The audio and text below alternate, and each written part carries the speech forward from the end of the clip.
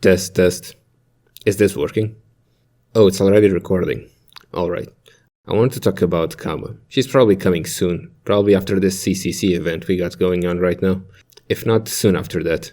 So I might as well talk about her in a video, since I've been saving for her since BB Summer from last year's summer event. I don't think I need to tell you why. Let's just say she has two very big reasons. And she's a sacrifice. What's not to like about her?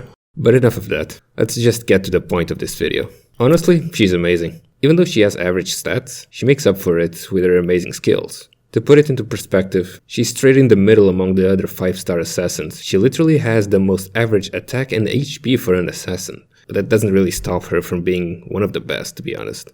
Let's talk about her skills. Her first can increase overcharge by 1 level for someone in the party, while also decreasing the target's max HP by 1000, along with healing Kama by 5k HP. You probably can already tell how good this one is. Increasing overcharge isn't something you can easily do. The only way so far are chaining Noble Phantasms, like the usual, or using that Craft Essence Devilish Bodhisattva, and that's hard to get. So this is somewhat of a big deal. Granted, you'll most likely use it on Kama herself, which will increase her quick card effectiveness even further. And along with the heal, this makes her last for quite a long time. That average HP she has doesn't sound too bad now, does it?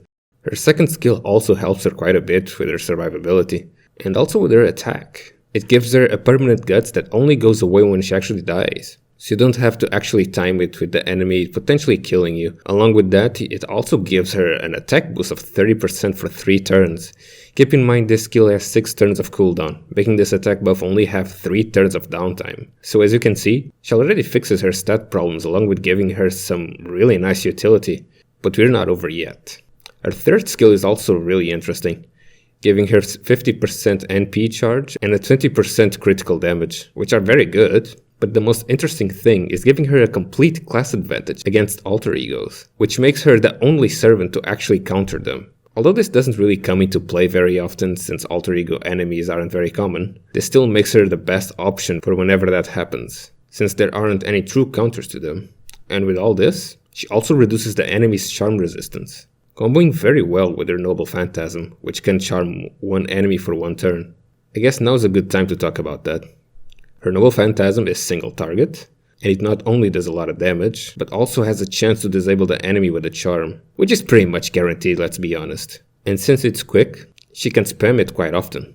And let's not forget she can charge a gauge by 50%, so it's probably not that hard to do 2 times in a row. She can even stack her quick buff because of this, making her one of the best single target attackers in the entire game. So as you can probably see, she's very much worth rolling for. She has a bunch of single target damage, and she has a really hard time dying. The only weird thing about her is the fact that she's an assassin, making caster supports a bit hard to use, but there are ways to play around that. But to be honest, all this technical mumbo jumbo shouldn't even matter. She has big anime titties and that's all I care about.